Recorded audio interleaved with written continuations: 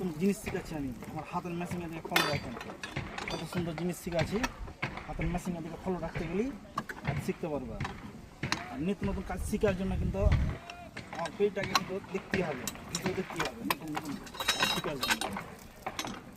কিসের জন্য আমি তৈরি করছি সেটা আপনাদেরকে ভিডিও দেখেই বলতে হবে তাছাড়া বলতে পারবেন না কত সুন্দর জিনিস তৈরি করছি নতুনভাবে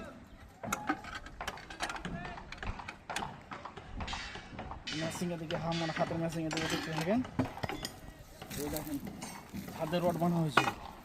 দু রকম জিনিস আমি করেছি দেখতে পাচ্ছেন তো দু রকম জিনিস 10-এর রড ব্যান্ডিং হয়েছে ছাদের ভিডিও আপনাদেরকে দেখাবো কোনটা বেশি মজবুত দুটোর মধ্যে কোনটা বেশি মজবুত সেটা আপনাদেরকে কমেন্টে জানাবেন আর নেক্সট ভিডিওতে আমি অবশ্যই জানাবো কোনটা বেশি মজবুত আছে আর কোনটাতে রড কম লাগবে